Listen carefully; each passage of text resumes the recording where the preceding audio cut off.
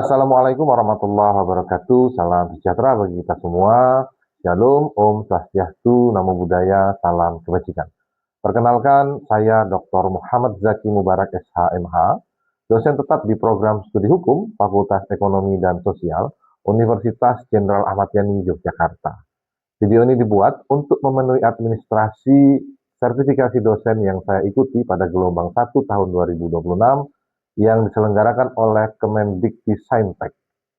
Saya akan melakukan pernyataan diri dosen dalam unjuk kinerja Tridharma Perguruan Tinggi yang disebut PDD UKT PT. Pada kesempatan kali ini saya akan memaparkan salah satu mata kuliah yang saya ampu, yaitu Hukum Pemerintahan Daerah. Mata kuliah ini merupakan mata kuliah wajib dengan kode HKM 22226 bobot 2 SKS yang diselenggarakan pada semester genap tahun akademik 2025-2026. Adapun deskripsi mata kuliah Hukum Pemerintahan Daerah, yaitu mata kuliah ini mengkaji secara komprehensif sistem penyelenggaraan pemerintahan di daerah dalam kerangka Negara Kesatuan Republik Indonesia. Mahasiswa akan dituntut untuk memahami dasar konstitusional, asas-asas, struktur, kewenangan, serta dinamika hukum antara pemerintah pusat, pemerintah daerah, dan desa. Serta juga akan mendalami kewenangan pemerintahan daerah dalam pengaturan tata ruang sebagai salah satu urusan pemerintah konkuren yang strategis dalam pembangunan daerah dan penataan wilayah. Perkuliahan Hukum Pemerintah Daerah diselenggarakan dengan tatap muka langsung dan melalui platform LMS. Mahasiswa dapat mengakses materi perkuliahan, instruksi tugas, serta mengunggah tugas secara online, dan hal lain yang berkenan dengan dinamika pembelajaran. Mata kuliah Hukum Pemerintahan Daerah juga melangsungkan diskusi interaktif, studi kasus, presentasi yang juga dilaksanakan secara langsung di kelas. Metode pembelajaran yang diterapkan adalah cooperative learning, yang mana mahasiswa bersifat aktif dan partisipatif, baik secara individu maupun berkelompok, serta pembelajaran dinamis, diantaranya ceramah, yaitu membangun pemahaman konseptual mahasiswa terhadap teori yang berkaitan dengan hukum pemerintah daerah. Juga ada studi kasus nyata, serta membangun inovasi critical thinking mahasiswa melalui project base dalam menunjang pendalaman materi dan memahami realita yang ada di lapangan. Capaian pembelajaran pada mata kuliah ini adalah CPL 3, yaitu mampu menganalisis, menyusun, dan mengevaluasi dokumen hukum berdasarkan prinsip-prinsip nasional dan internasional secara sistematis dalam mengakomodasi berbagai kebutuhan para pemangku kepentingan ke dalam suatu produk hukum yang mencakup berbagai bidang kehidupan masyarakat. Guna menunjang pembelajaran, saya juga menyediakan media pembelajaran berupa modul RPS serta bahan ajar yang dapat diakses di LMS e-learning, PowerPoint, artikel ilmiah, video pembelajaran, dan bacaan lainnya. Materi pembelajaran meliputi 1. Pengertian hukum pemerintah daerah dan pilihan bentuk negara. 2. Prinsip-prinsip pemerintah daerah berdasarkan pasal 18 Undang-Undang 1945 sebelum dan sesudah amandemen. 3. Sumber hukum dan perubahan politik hukum pengaturan pemerintah daerah. 4. Struktur kelembagaan daerah dan Forkompimda.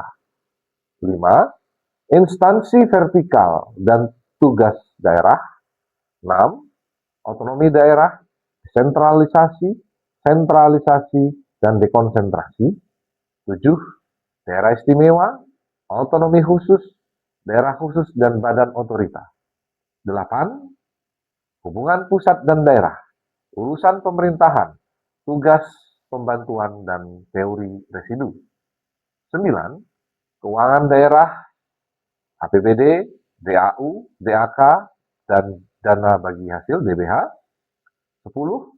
Produk hukum daerah berupa Perda, Perwal, dan Perdes. 11. Hubungan pemerintah daerah dan pemerintahan pusat. 12. Kewenangan penataan ruang daerah. Kriteria penilaian terhadap mata kuliah hukum pemerintah daerah mencakup 5 komponen utama, yaitu evaluasi hasil yang meliputi UTS, ujian tengah semester, ujian akhir semester atau UAS, penugasan kepada mahasiswa berupa makalah atau juga ada kuis, dan keaktifan di dalam kelas dalam konteks tanya jawab dan diskusi tugas presentasi. Baik, untuk tahap berikutnya, mari kita simak video pembelajaran mata kuliah hukum pemerintahan daerah. Assalamualaikum warahmatullahi wabarakatuh. Waalaikumsalam warahmatullahi wabarakatuh. Salam sejahtera bagi kita semua. Om Swastiastu, Shalom, salam kebajikan, namo buddhaya. Saya pikir suara saya sudah cukup keras, jadi kita nggak perlu pakai mic ya, sampai belakang terdengar ya. Oke. Hari ini kita ada di pertemuan ke-9 di mata kuliah hukum pemerintahan daerah. Nah, berkaitan dengan minggu lalu, saudara, pada pertemuan 8 kita sudah ngobrol, sudah diskusi soal otonomi daerah. Nah, saya mencoba merefresh kira-kira apa yang kemudian saudara pahami dari mata kuliah tempo hari, yang mana kemudian kita uji untuk kemudian seberapa mendalam pemahaman saudara. Kira-kira siapa yang kemudian bisa menjelaskan hal yang saya tanyakan?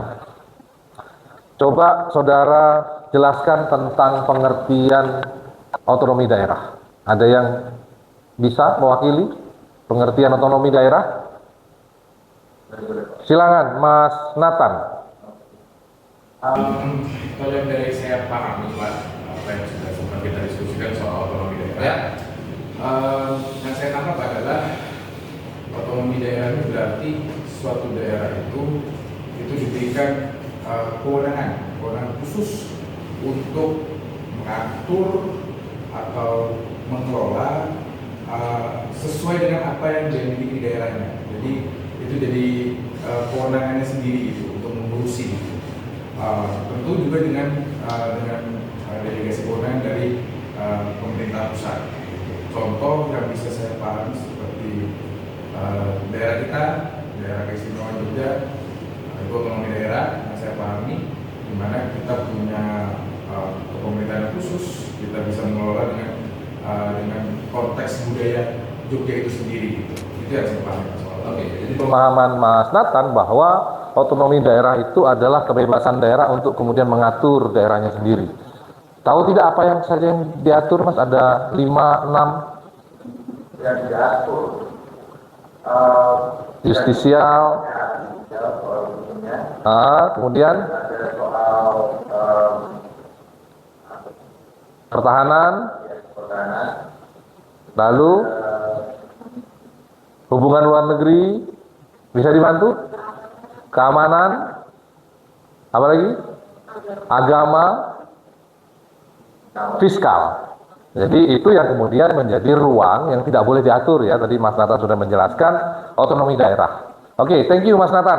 Oke, terima kasih. Itu materi minggu lalu, berarti masih cukup fresh pada pertemuan ke-8, saudara, tentang otonomi daerah. Nah, hari ini kita akan diskusi tentang kewenangan daerah soal penataan ruang. Apa yang kemudian kita ingin capai, tujuannya hari ini adalah bagaimana kemudian kita memahami soal pembagian kewenangan. Bagaimana kemudian juga kita menganalisa peran pemerintah daerah dalam pembangunan wilayah, kemudian juga menyusun, mengevaluasi kebijakan tata ruang, lalu kemudian mengidentifikasi problematika konflik kewenangan, karena tata ruang itu tentu ada dinamika, perbatasan, dan lain-lain, sehingga kemudian yang kelima juga memahami soal instrumen pengendalian dan penegakan hukum tata ruang, serta memahami kapasitas dalam penyelesaian sengketa tata ruang.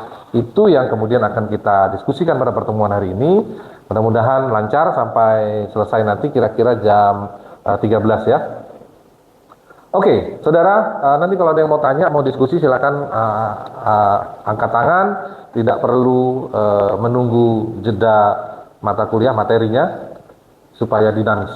Oke?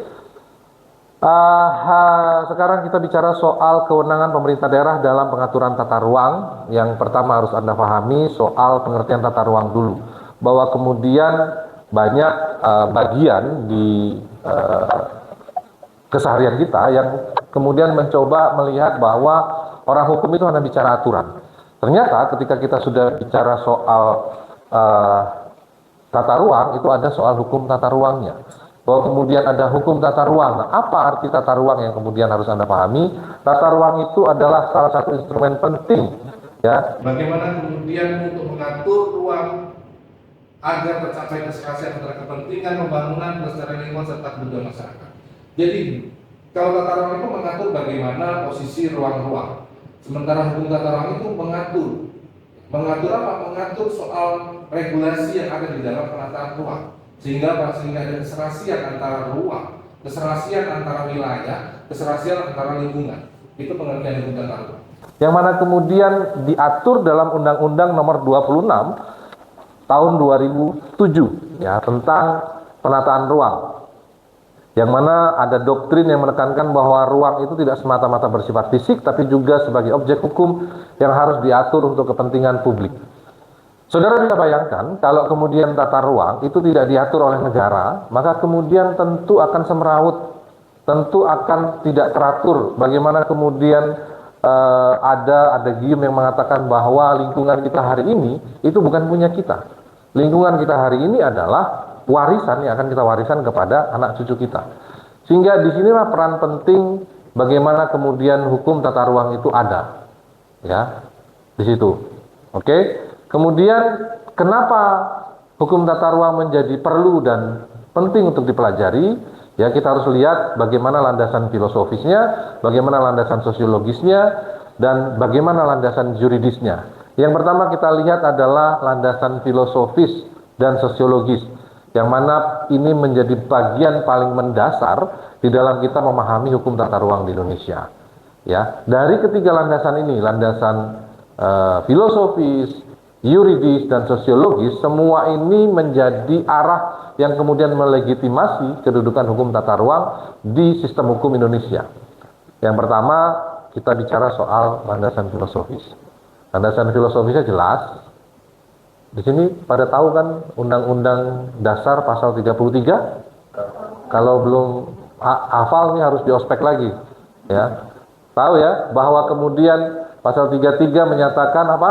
Bumi, air, kekayaan alam yang terkandung di dalamnya dikuasai oleh negara, digunakan sebesar-besarnya untuk kemakmuran rakyat. Nah, itu landasan filosofis dari hukum tata ruang, di mana kemudian sesungguhnya seluruh wilayah yang ada di Republik ini itu dikuasai oleh negara. Ada prinsip dasarnya itu dulu. Bahwa kemudian negara menguasai itu untuk apa? Untuk sebesar-besarnya kemakmuran rakyat. Itu landasan filosofi. Basic di situ dulu. Sebelum kita bicara bagaimana negara mengatur lebih detail, basicnya adalah bahwa negara menguasai seluruh bumi, air, dan segala sesuatu yang terkandung di dalamnya. Sehingga itu adalah kepemilikan negara. Dikuasai oleh negara. Tidak absolut milik individu. Tidak absolut milik A, B, C, D. Tidak. Ya, tidak ada avatar di Indonesia, semua dikuasai oleh negara. Oke. Dan secara filosofi lain juga ketentuan yang ada di pasal 33 Undang-Undang Dasar 1945 itu juga sesuai dengan konsep filosofi spatial justice atau keadilan tata ruang. Apa itu keadilan tata ruang? Keadilan tata ruang itu adalah bagaimana kemudian kita tidak meletakkan penataan ruang itu pada monopoli kekuatan ekonomi. Saudara bisa bayangkan kalau misalnya wilayah-wilayah strategis itu dikuasai oleh kekuatan-kekuatan ekonomi. Saya kasih contoh Jakarta. Jakarta itu kan Anda bisa lihat bagaimana orang-orang Betawi itu terpinggirkan.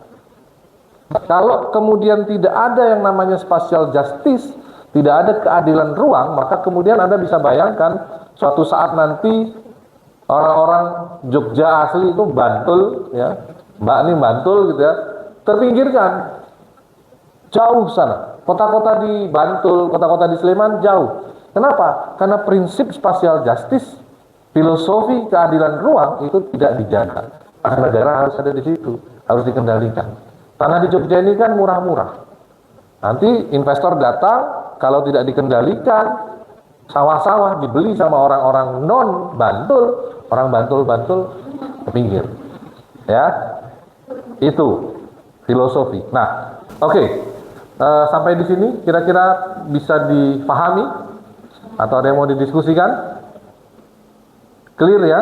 Oke, kalau clear kita lanjut kepada asas dan teori. Yang pertama, dalam konteks penataan ruang ada asas keterpaduan. Bahwa kemudian penataan ruang itu dilaksanakan harus terintegrasi.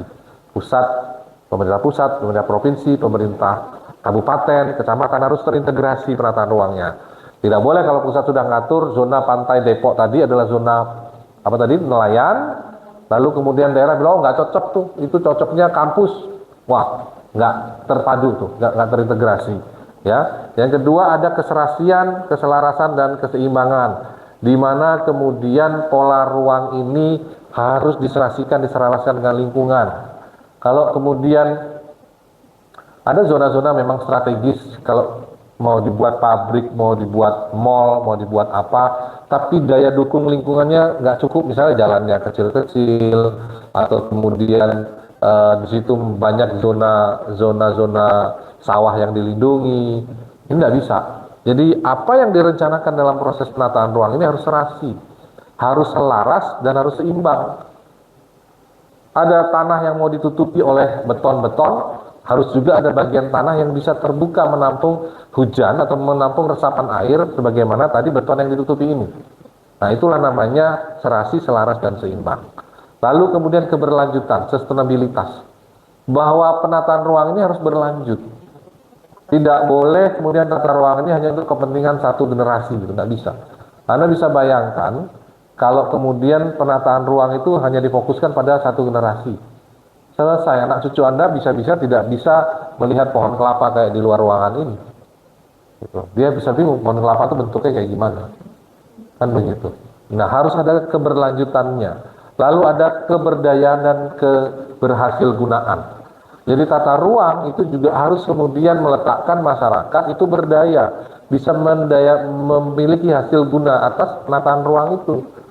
Ya, buat apa kemudian tata ruang itu ditata sedemikian rupa kalau masyarakatnya dipinggirkan? Nggak bisa. Itu ada asas keberdayagunaan dan keberhasilgunaan. Asas yang kelima ada keterbukaan. Masyarakat harus boleh tahu. Anda, saya harus boleh tahu semua. Itu besok mau dibangun apa? Kecuali yang ditentukan lain oleh undang-undang. Misalnya, karena ini berkaitan dengan pertahanan, jadi tertutup informasinya. Tapi hal-hal yang umum, masyarakat boleh tahu, oh mau dibangun pabrik, ada amdalnya tidak, sesuai dengan tata ruang tidak. Nah, itu yang harus dilihat dari asas keterbukaan. Asas kebersamaan dan kemitraan harus melibatkan seluruh pemangku kepentingan. Kalau mau bikin sekolah, ya masyarakat dilibatkan. Masyarakat butuh sekolah tidak. Mau bikin tempat ibadah, masyarakat dilibatkan. Sesuai atau tidak zonasinya. Mau bikin pabrik sesuai atau tidak. Jadi kemitraan terhadap stakeholder setempat dilibatkan. Lalu ada perlindungan kepentingan umum. Nah, ini yang utama nih. Anda lihat di Jogja sedang bangun jalan tol ya. Panjang di mana-mana. Nah, kepentingan umum ini diutamakan. Ketika itu ada hotel. Nah, berapa lagi di jalan tol kita nih? Ya, ada kebutuhan rest area. Nah, itu yang kemudian dilihat. Sepanjang ring road ini kan ada yang nabrak hotel. Ada yang nabrak Universitas UTI seperti nabrak ya, terus kemudian nabrak gedung-gedung pemerintah, Polda kayaknya kena juga.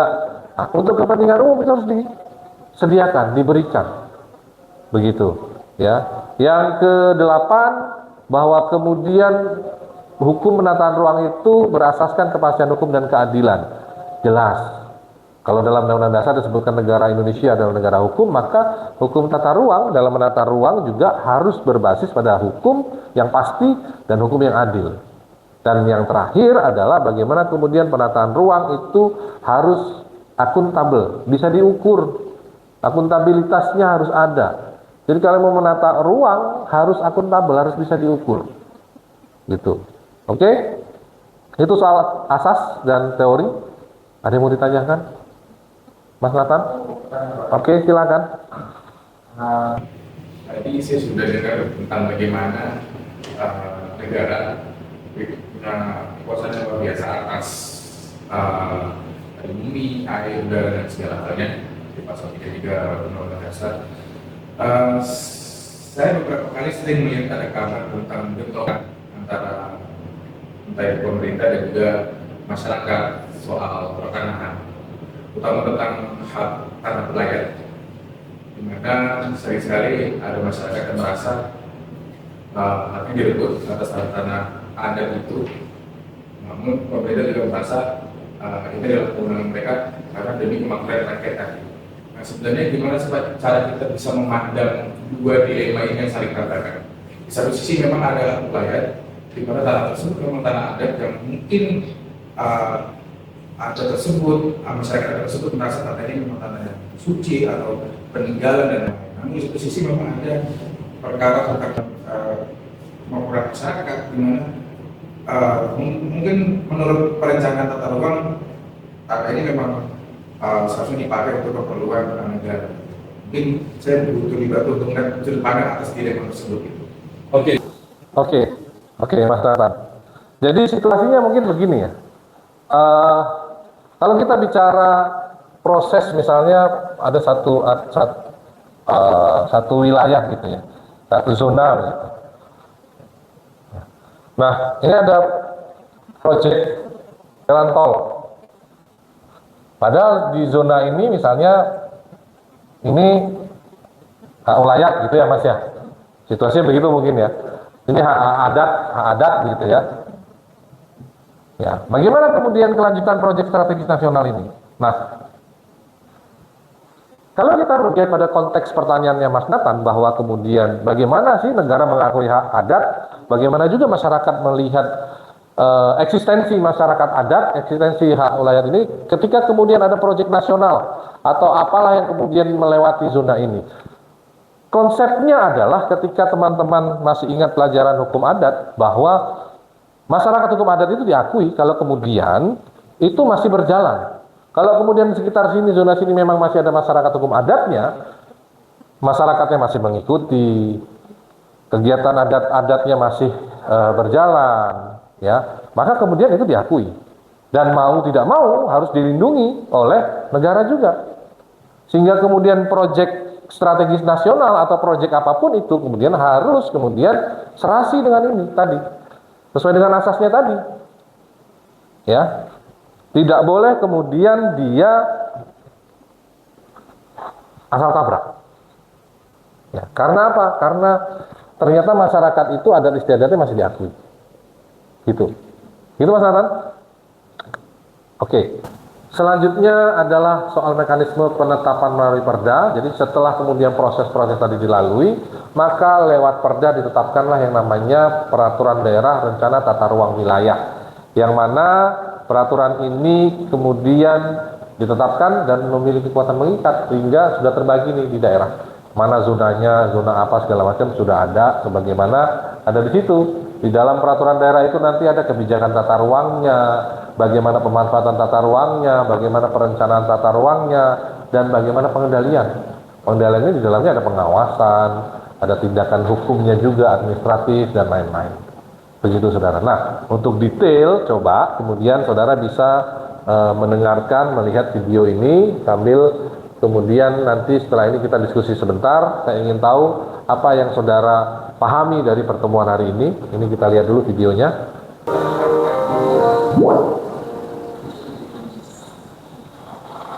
Oke, sudah. Itu tadi bagaimana Jogja menata ruangnya. Tadi kalau tidak salah kita lihat ada zona gumuk pasir dan lain-lain kelihatan ya. Di mana yang dia industri, di mana yang dia pariwisata dan lain-lain kan sudah terlihat. Ya, begitulah kurang lebih. Kemudian bagaimana tata ruang itu diatur. Bagaimana hukum tata ruang kemudian masuk ke situ. Ya, nah, saya ingin tahu bagaimana kemudian kita lihat pada kesempatan ini. Bagaimana pemahaman saudara yang ingin saya pantau, apakah saudara memahami secara utuh apa yang disampaikan ini, sehingga saya ingin tahu pengalaman saudara mendengarkan perkuliahan ini tadi.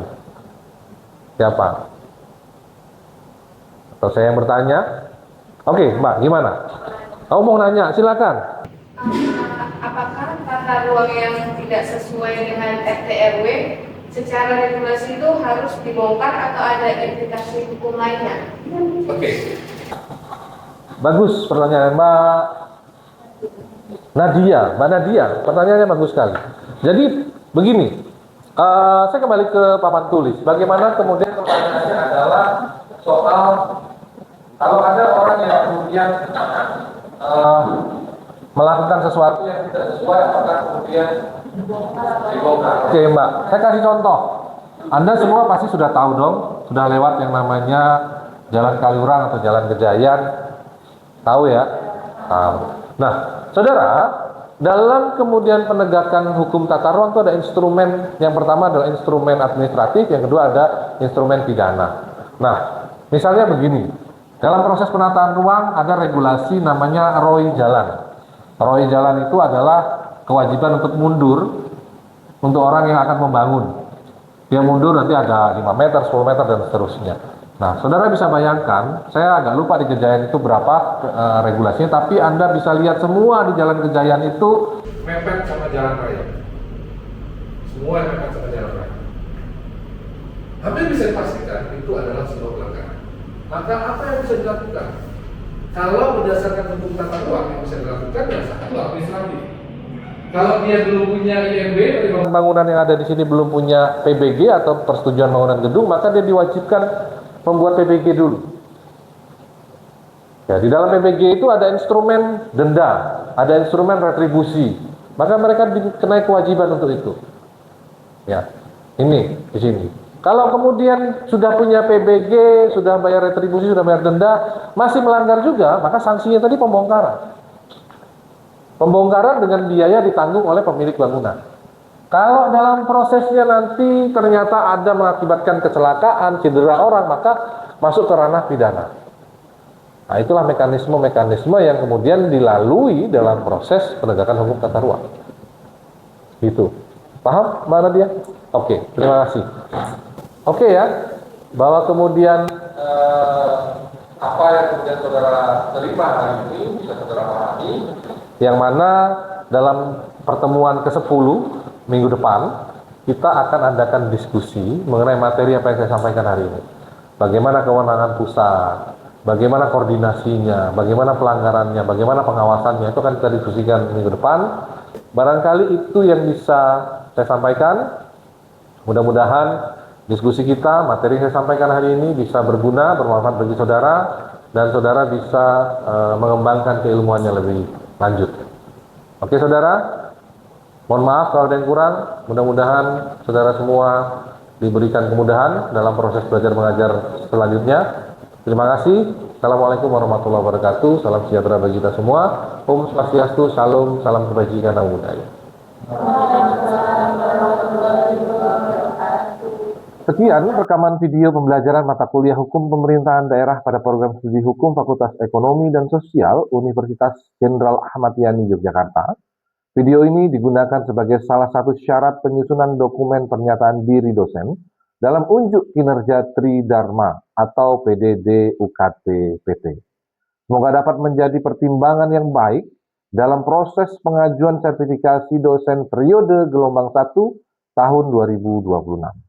Tidak lupa, saya ucapkan terima kasih kepada seluruh tim penilai dan panitia sertifikasi dosen tahun 2026.